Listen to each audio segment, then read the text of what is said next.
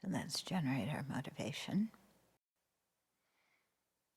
And recall that we and every single other sentient being are exactly the same in wanting happiness and not suffering. That's our deepest heartfelt wish.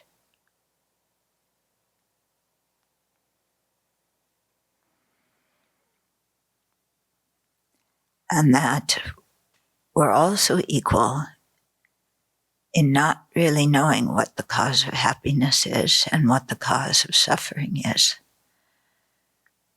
And so in our efforts to be happy, instead we often create the causes of suffering by harming others, interfering with other people's virtuous activities and their happiness, having all sorts of wrong views.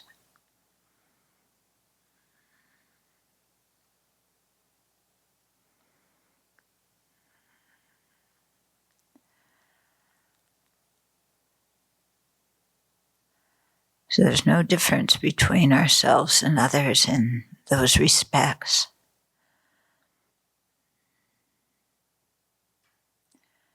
We have a little bit more fortune, though, at least for a short time during this life, not forever,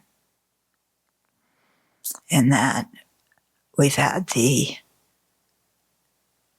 amazing privilege of meeting the Buddhist teachings that can impart to us knowledge of what actually creates happiness and what actually creates suffering, so that we know what to practice and what to abandon.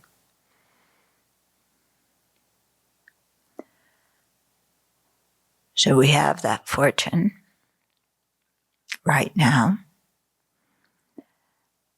and our ability to use it depends a lot on other sentient beings. Because we need food, clothing, shelter, medicine. There's so many things necessary to stay alive. And these all come through the efforts of other sentient beings.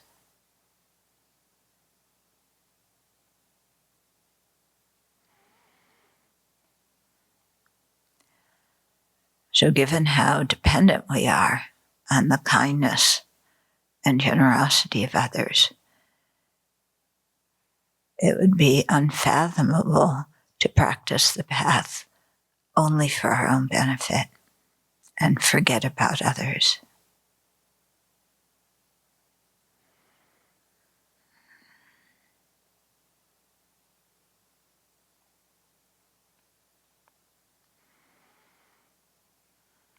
So let's aspire for the highest awakening, so that we will have the wisdom, compassion, power, skillful means to share the benefit we have right now with all other living beings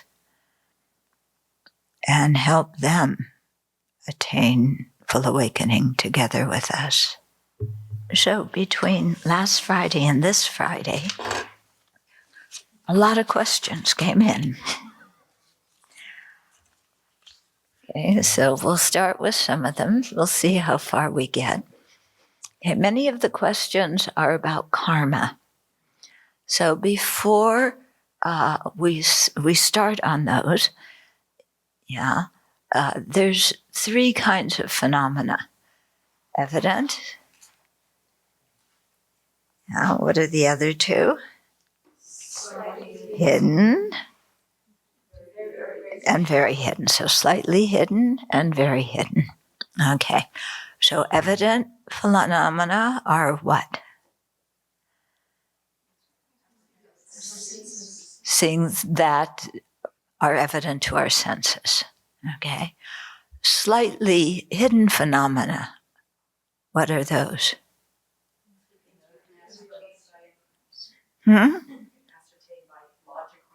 Yeah. To initially understand, we need to use logical reasoning. And very hidden phenomena, we have to rely on scriptural authority for those. Okay. When we talk about karma, and get into details about how karma functions, which of the three is karma? Very hidden. Okay, so we have to rely on scriptural knowledge. Okay, so many of the questions that people have asked, I will read them. I can give you a few guesses, but I want to encourage the people who ask those questions to find scriptures that give these kind of details. Okay, most of the scriptures that I've seen that talk about karma,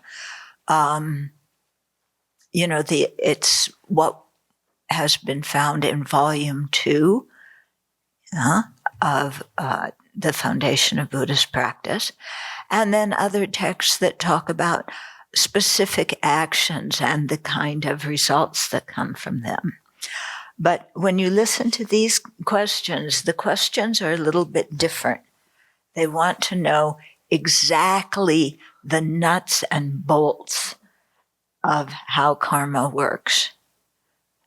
Okay, the mathematical formulas, the step-by-step ways in which karma works, that it is that never changes, and it is always that way in all actions and in all situations. Okay, so these questions very much are like that. So I don't know the orders. I didn't have my glasses. I didn't order them, so I'll just pick something up. Okay. So it seems that due to our state of mind near death, or other factors like which karmic seed is heaviest, nearest, most habitual, etc., and a karmic seed is activated, and then craving and clinging nourish that seed to become renewed existence, the seed on the verge of actualizing a rebirth. Is that it? Well, it sounds pretty good, state of mind near death. Now, what exactly is a state of mind near death? When does that start? Yeah, when you're lying in a bed, but what about if you're in an accident and you die immediately? So, what exactly is a mind near death? Yeah, an hour before you die, half an hour, 3 minutes, a year. Yeah, some people are lying in bed for a year dying. Some people goes like that. Okay, so I can't tell you what near death is. Okay. So our state of mind near death. So I guess that means what you're thinking, what you're feeling. Yeah. So depending on that, so that is the first thing. Yeah. And other factors like which karmic seed is heaviest. Okay. Now, when you're dying, do you know which karmic seed is heaviest? Do you make a decision? Do you have a review of all of your karmic seeds and say that one's heaviest? Okay. They usually say that the one that is heaviest will ripen, has the chance to ripen first. And if not that, then the one that is most habituated. Okay. so heavy. Yeah, that makes sense. Something that you do that's quite strong intention, strong action, But what about you wake up every morning and you set up your altar and it's a habit and you're kind of half asleep and half awake and you enjoy doing it, but you do it every single morning without fail. Okay? And the more we do a certain action, the more powerful that karma becomes. So how many times do you have to set up your altar in the morning for it to become a habituated karma that is going to produce another rebirth? If you have more than one karma that is the heaviest. If you have one karma that's the heaviest, it might be that one. But if you have two that are pretty close, okay, so you have your scale and you put them and they each weigh nothing. So they're equal in weight, but we're not talking about that kind of weight when we talk about karma. Okay, but anyway, so first what's heaviest, then what's most habitual. Yeah. And then depending on what's going on around you when you die, that's a thing. But what's going on around you may be total silence. It may be you're in a hospital and your roommate is watching a cowboy movie. It may be that you have the death that you dreamed of with all your relatives standing around crying because they don't want to see you go, except now you find that a real pain in the neck because you don't want them there, because you want to just be able to go inside and do this, even though for a long time you prayed to have everybody there and they're all there. And they're all apologizing and they're all holding your hand and saying, don't die, we love so much. Your perfect death, but now it's a pain in the neck and you just want them to go away. Okay. So there's something in your environment, then there's something, the heavy karma, but maybe the habitual karma.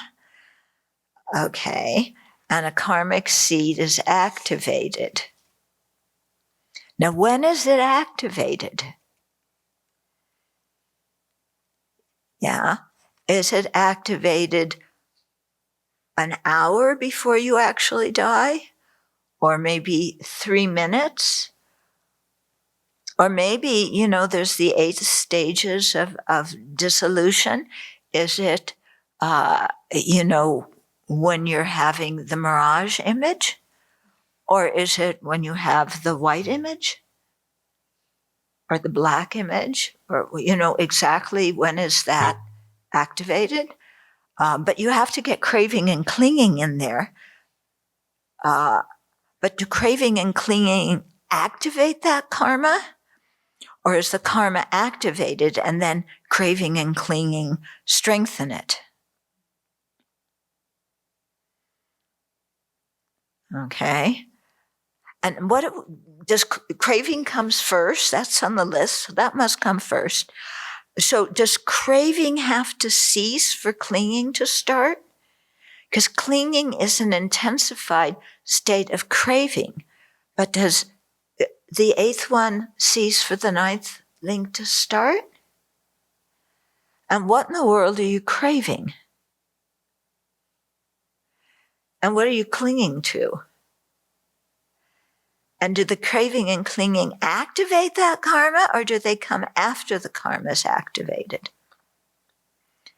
And what happens if the karma is activated and then you have a thought of Amitabha Buddha in the middle of that? You had some karma activated to be born as a truck driver. It's not, I'm sorry, it does, the karma at the time of death doesn't determine your career. It's just, yeah, it's what realm you're born into. Okay, so you have a karma to be activated, let's say as a in the animal realm. But then, and it looks like that one is the one that's going to start to ripen. But then you have the thought of Amitabha Buddha. So then what happens? Yeah. Did that karma start to pop up? And then you think about Amitabha and it gets clobbered. And what happens to it when it goes down? Can it come up again? But you only thought of Amitabha for a split second, and then you went back to thinking about hot fudge sundaes. Yeah. So that then maybe a karma to be born as a preta is going to happen.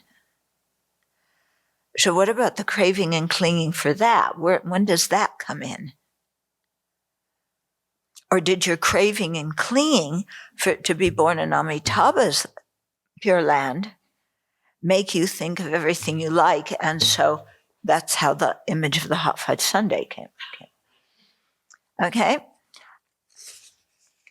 So, yeah, the basic kind of idea of what's going on is here, as this person wrote in the question. But exactly what order it happens in and when it happens and all the different conditions. Yeah, because what happens if you're lying in your bed and then you feel a bug crawling over you? And so you change your thought. Or, so what I'm getting at, if you haven't gotten it already, is that as soon as we start talking about how things happen, we're talking about an incredible number of causes and conditions that somehow come together in one specific formation for a specific instance. And that is what, makes the 10th link where that karma is about ready to ripen. Okay? So we can't pin everything down exactly. And what order, this is kind of a general order. We know a bunch of things are happening at the time of death, but at one particular person's time of death, exactly the order it goes in and how the karma ripens. And you have to be a Buddha to understand all of that. Okay? So, what we're learning is the general outline of how things occur. And I think for our practice, that general outline is probably sufficient to help us, at least for the moment, understand what the Buddha's main purpose in teaching karma is, and the main purpose in teaching the 12 links.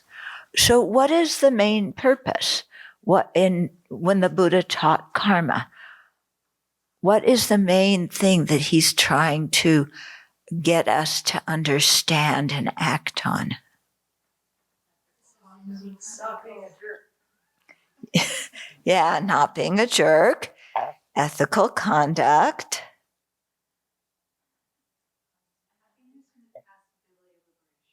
What? Yeah. So creating the causes for happiness and the path of liberation. And that we've created our own experiences, that everything we experience is due to our own past actions. Yeah. So to take responsibility for our experiences because we're the ones who created the causes for them. And to be aware of what is going on in our mind and to monitor our mind and see if we have a positive intention or a negative intention. And then, if it's a positive one, to make sure to increase it, make sure we don't get distracted. If it's a negative intention, to be able to change what we're focusing on. Okay, so the exact details and order of things is not the main point. Yeah, to know approximate details and the way he taught it. Yeah, I mean, for sure, the karmic seed and craving and clinging have to be all doing something together. Yeah. But does karmic seed ripen fully before craving and clinging come in? Or do craving and clinging figure out which karma is ripening? Or, there's all sorts of permutations here. Okay. So we have to come back to the permutations are incredibly interesting, but in terms of practice, what are the main points, that the Buddha is trying to get across? Okay. So there's 3 questions here. So the first question says, 10th link, renewed existence is a karmic seed. So it is an abstract composite. Is it a karmic seed? Is it a having ceased? The 4 types of renewed existence that are not the 10th link are different moments or periods in a lifetime. Does this mean that these 4 types of renewed existence are the 5 aggregates at these 4 points, and thus are a combination of form and consciousness?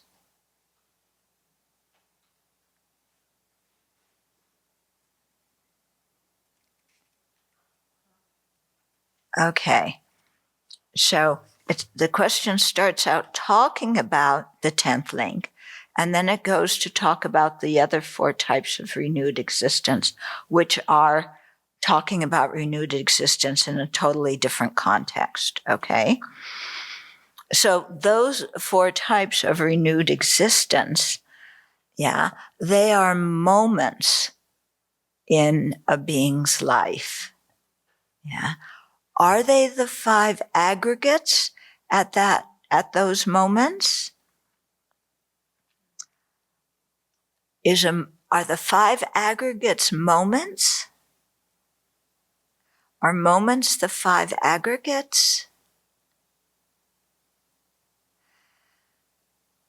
And a combination of form and consciousness? When you have form and consciousness together, what do you have?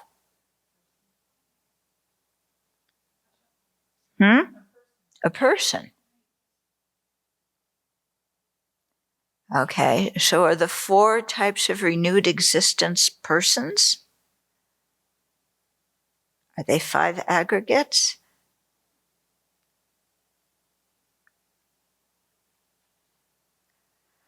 Okay, let's go on to question 2. None of us seem to be able to come up with anything there. During our life, we have one moment of consciousness causing the next.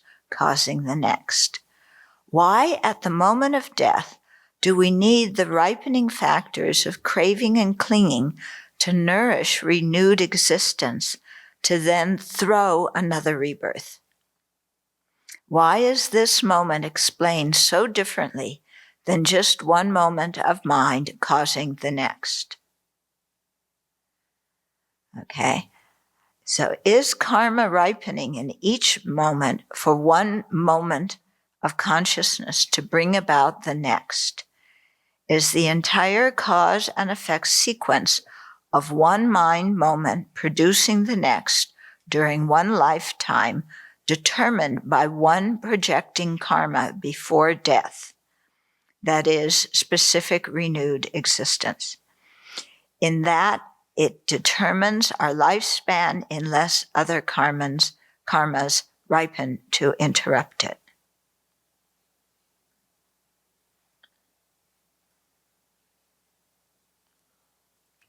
Anybody get an answer for that? Yeah? Oh, okay. Okay, so this one I can maybe give a stab at. Okay, why at the moment of death do we need ripening factors of craving and clinging to nourish renewed existence? Okay, so why is this moment explained so differently than, we're sitting here in class and one moment of our life leads to a next moment? The basic question is, why is death such a big deal that it's worthy of three links kind of happening at that time? Yeah. Do you think dying is the same thing as one moment of your life going into the next moment of your life?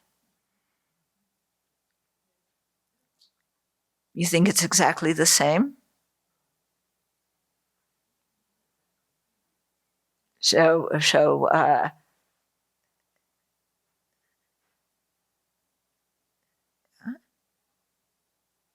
is it exactly the same or not? Do you have karma ripening in each moment that's determining your next life? No. Okay. At the time of death, is the karma ripening important? Yeah. So, yeah, craving and clinging throughout our life, they can, help to make certain karmas ripening. But is the moment of death more important in terms of, your ability to practice Dharma in the future than going from one moment to the next? Yeah. So there's a reason that this time of death is emphasized in the teachings. Okay. Now, is karma ripening in each moment for one moment of consciousness to bring about the next? So what we always say, one moment of consciousness brings about the next moment of consciousness. Does karma make that happen? No. This is the nature of consciousness. Consciousness is an impermanent phenomena. Okay, and any impermanent phenomena is changing moment by moment. Yeah. You don't need karma to make it change. Yeah. The carpet, does it change moment by moment? Does it need karma to change and to have a continuum of the carpet? I hope not. Okay. Uh-oh. The carpet is speaking to us. Okay, so whenever you have anything that is a product or an impermanent phenomena, its very nature is to change moment by moment. You don't need karma to make it change. Okay.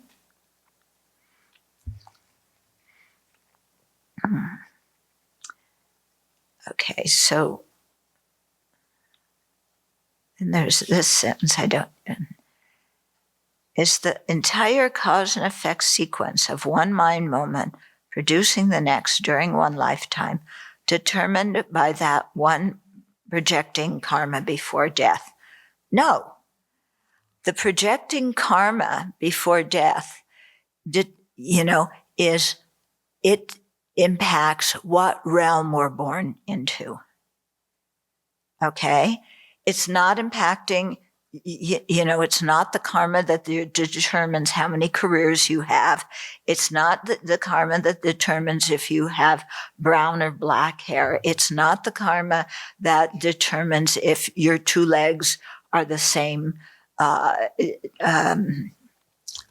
height. Yeah. It's not the karma that, it's just determining what realm you're born into. Okay. So remember, you can talk about 3 results of karma, or actually 4, and that's of karmas that are complete karmas, which means they have the 4 parts to them. Okay. So an impermanent phenomena changing moment by moment is one process of change. A karma ripening to influence what birth we take is a totally different process of change. Okay? Okay. So does it determine our lifespan? They say that when we're born, we have a karmic lifespan. Now, which karma determines that? I don't really know. I would think that would probably be one of the completing karmas. Okay, because we have all these completing karmas, that determine things like your color of your hair and, this kind of stuff. Yeah.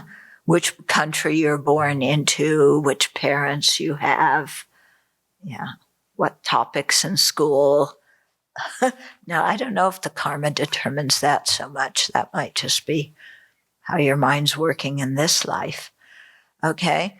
So I would think that just the general karma that influences how long our lifespan is would be a completing karma. Okay. And then they talk about if we have a very heavy karma, that causes an untimely death.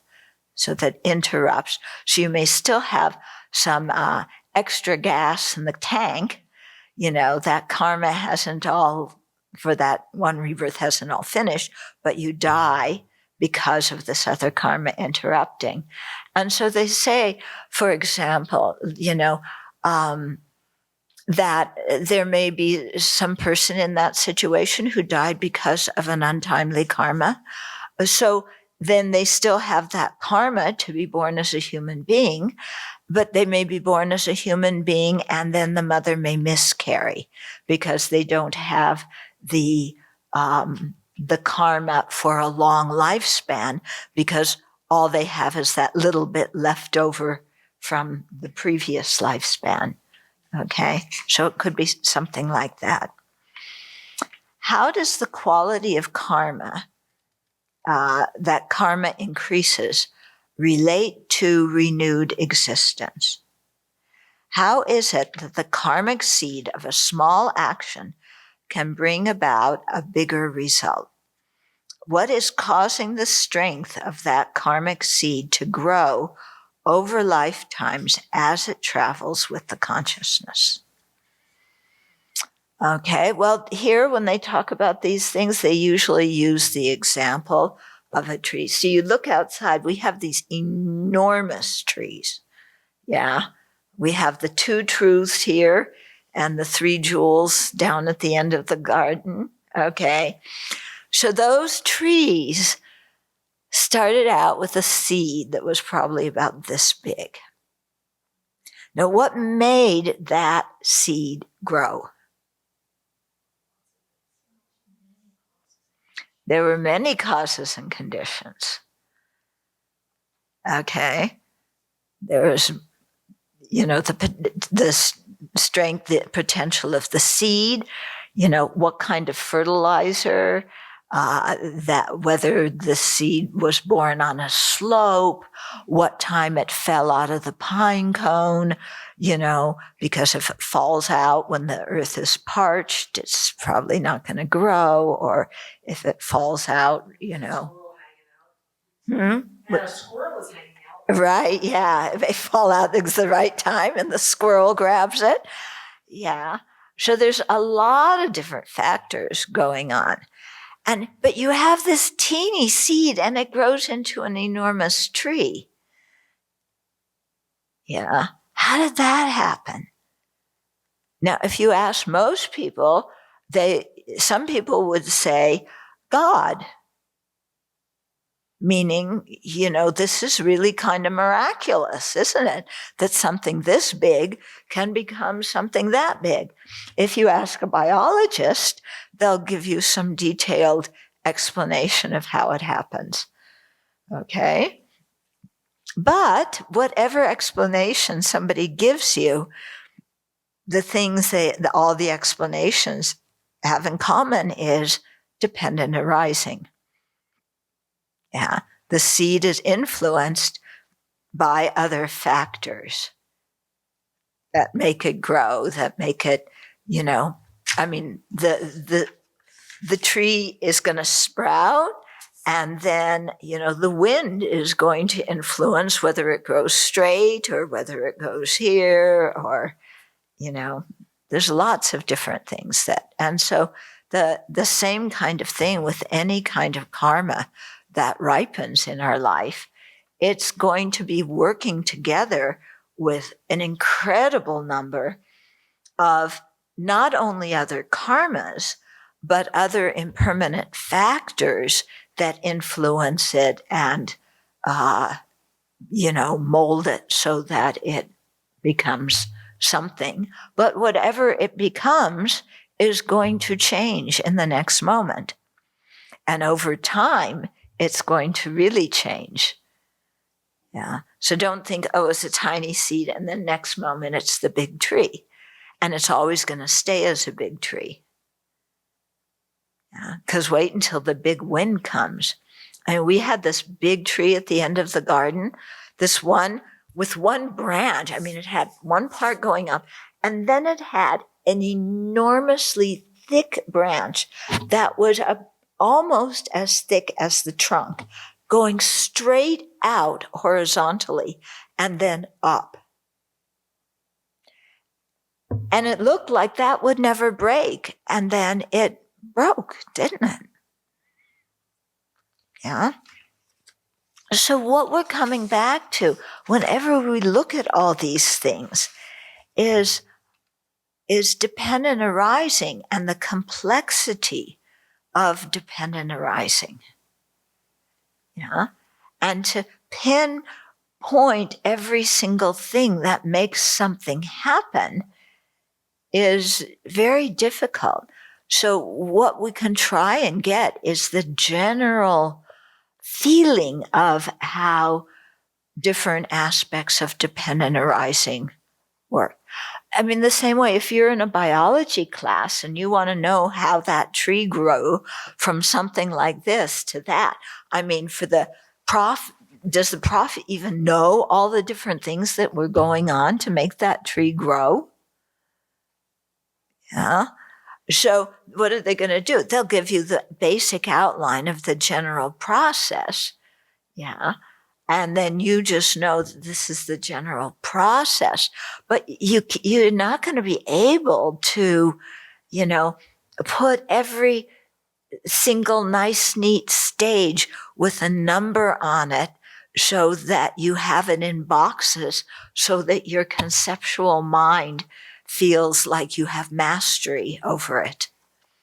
Okay. Because we do not like uncertainty. Yeah, we want to understand exactly how something is. Yeah. So that become a Buddha, and then you will understand. Yeah. Yeah. Mm-hmm.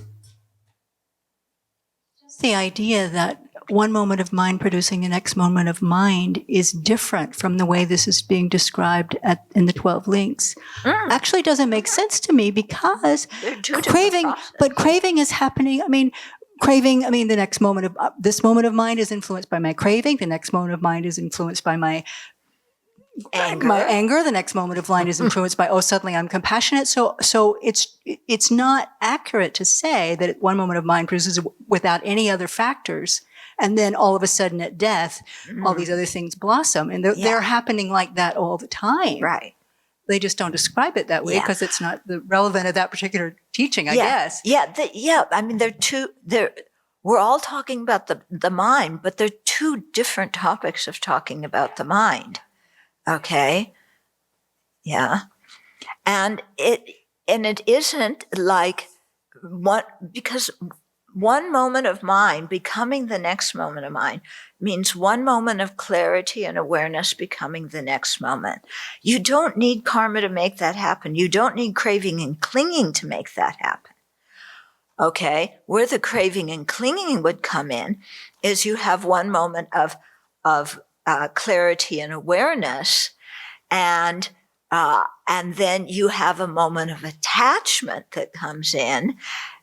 For you want to go play golf. Okay, so the idea comes in your mind. I want to play golf, and then that idea kind of sits there, and you contemplate it. I want to play golf. I want to play golf. I want to play golf. And you get craving and clinging. And then at some point, maybe you'll go play golf, or you may decide you're too busy today, so you'll go some other time. And by the time that day arrives, you've forgotten about it. Okay. So it's not like even craving and clinging are operating every moment. Yeah. Because we're just talking about the nature of clarity and awareness, one moment producing the next moment. Okay. I mean, when we talk about it's called the continuity of the similar type. Okay. So you have the table, one moment of table producing the next moment, table producing the next moment. That's just the nature of the table. Okay. We're not talking about the carpenter coming, we need a carpenter coming along every single moment, changing the table into a different shape. Okay. No. Okay. Oh, here's another karmic one. Okay. If a karmic seed is completely purified through the purification practice of an ordinary being, does it have any impact on the mind, such as contributing to cognitive obscurations? And then there's a commentary on the question. Okay, so it is clearly stated in Foundation of Buddhist Practice, page 279, page 307, and in Samsara, Nirvana, and Buddha Nature, page 132, that ordinary beings cannot remove the seeds through purification, and that only realizing emptiness completely removes them. Though Foundation of Buddhist Practice, page 307, states, quote, only by realizing emptiness directly is the potency to produce unfortunate rebirths completely eliminated, while other passages make it seem as if purification can make it so that the seeds will not bear any result. If it is completely purified and has no impact on the mind whatsoever, what is the basis for saying as an abstract composite that it still exists on the consciousness? This person must have been a Tibetan in previous lives. Long. It's actually not one sentence, so congratulations. Yeah, it's broken into the shorter sentences. So I think, I'm not exactly sure what the question is. First of all, cognitive obscurations are a totally different topic, okay? Not totally different, but, the latencies of afflictions and the dualistic view that they produce, those are the cognitive obscurations, okay? So not the karmic seeds, yeah. So ordinary beings, depending on the degree of our regret, the strength of our determination not to do it again, all these four opponent powers, okay, over a period of time, doing the four opponent powers many times. I cannot tell you how many times. I cannot tell you on a scale of 1 to 10 how, what is the minimum degree of intensity your regret has to be, or the minimum degree of intensity for your determination not to be and And I don't know what happens if you have a determination not to do it again, and then some situation happens in which, you could get some benefit this life from just doing this action and nobody would really know. So your intention not to do it again is kind of out the window, So you do the action, you still look like you're a holy being, Because you want that boon for this life. Yeah, I never want to do this karma again, unless when you're making the determination never to do it again, you never say unless. Okay, when the opportunity comes up, then there's many unlesses. Yeah. Okay. So, if you purify strong enough, they say that it's like burning the karmic seed. Yeah. So the potency of the karmic seed to bring a result has been burnt. So you have like a burnt seed. Yeah. So if you have a burnt seed, there's no potency, but there's still a burnt seed. Now the problem comes here that all these seeds on the mind stream are not physical. So when you destroy the potency, the question is, what's the burnt seed that's hanging on there? Okay. I have no idea. Do any of you have any idea? But it does make sense to me that you need to realize emptiness directly for that burnt part that isn't going to ripen into a result anyway because it's burnt, for it to be removed from the mind stream altogether. Okay? Because as long as you still have a mind that is operating under ignorance, that burnt part is going to be on the mind because the mind hasn't realized emptiness yet. And it's not like you realize emptiness in one moment and then in the next moment, all your burnt seeds are gone. It's like you had a cluster bomb and you had this vacuum bomb, and all your burnt seeds got sucked out and disintegrated. Yeah. Okay, so that's all I can say about that one. Okay, here's some more about Friday teaching. You mentioned that the mind is dormant during deep sleep. Sometimes we are aware we are cold and cover ourselves up while sleeping. How is this possible if the mind is dormant? Does the sensation of cold wake us out of deep sleep, or do we only feel the sensation of cold after the mind comes out of deep sleep? I recommend that to answer that question, that you look at your own experience. Yeah, look at what happens when you feel cold when you're sleeping. If you first woke up and then felt cold, or if the cold made you wake up. Okay? Because I think that is something that could vary person by person.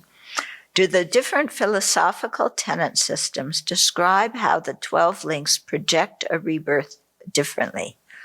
For example, Yogacara tenet system and Pali tradition tenet system.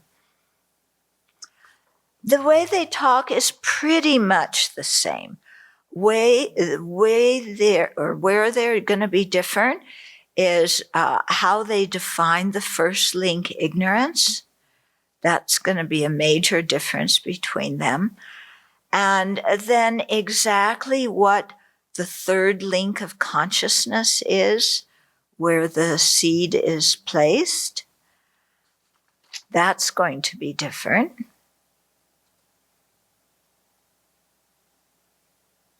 And there could be some difference in terms of exactly what's going on as the karmic seed is ripening, but I can't think of exactly what those differences would be, but there could very well be some differences. Okay, then third one, according to Yogacarya tenets, there are 8 consciousnesses. Does that mean that when the mind stream with 8 consciousnesses leaves the body, 5 consciousnesses drop away and just the 6th, 7th, and 8th consciousness go into the bardo? The 8th consciousness is the alaya consciousness. So when we try to remove grasping at the self, it's the grasping at the 7th consciousness? What about the 6th consciousness? Okay, so I can give you some guesses about how Yogacarya might respond to these questions, but I also have to say that we don't follow here the Yogacarya tenet system. Okay, we're following the Prasangika tenet system. Yogacarya is very popular in China, and it has some influence in different schools of Tibetan Buddhism as well. Okay, so just how when you get to 8, yeah, and also there's one Chinese school that talks about 9 consciousnesses. Okay, but let's just stick with 8. Okay, so they have the 5 sense consciousnesses, the mental consciousness. So that's together all the different tenet systems assert that. Then let's go from the 6th to the 8th. The 8th is what's called the foundation consciousness, or the mind basis of all, the alaya consciousness. And this is said to be like a storeroom consciousness. Okay? Now, I don't know whether it looks like our storeroom downstairs. I don't know if it's organized, if the seeds are organized by date, by size, by place they're going to ripen. I can't tell you the organization, okay, on the foundation consciousness.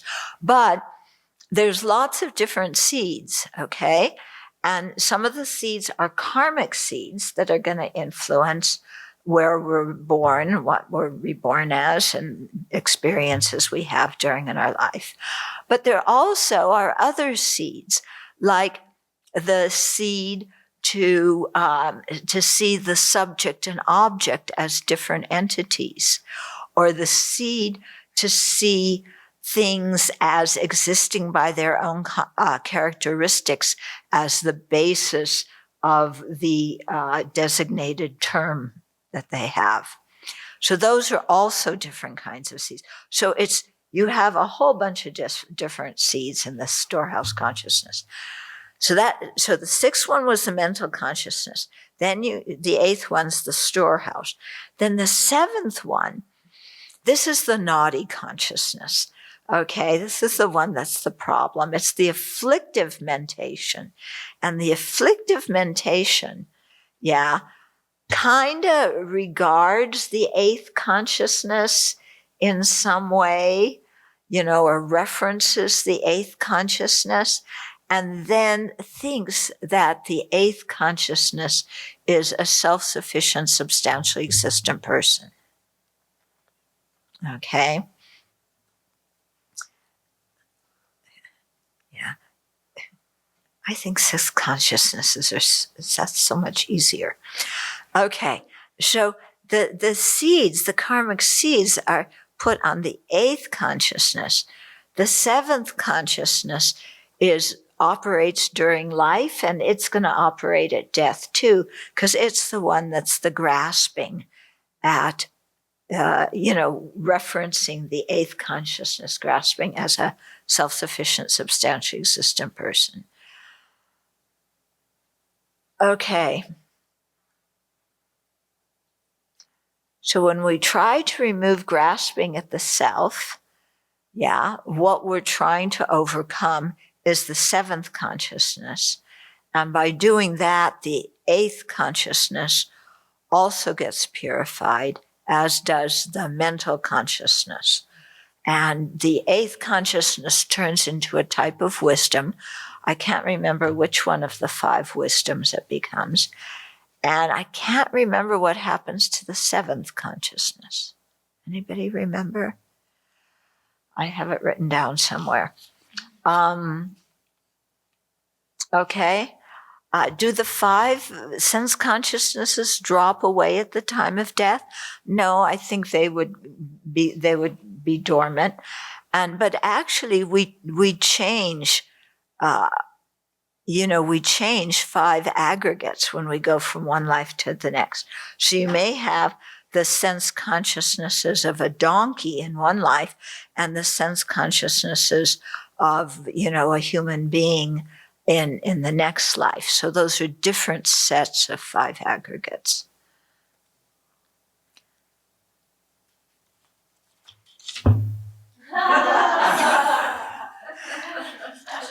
Can we stop the questions now, please?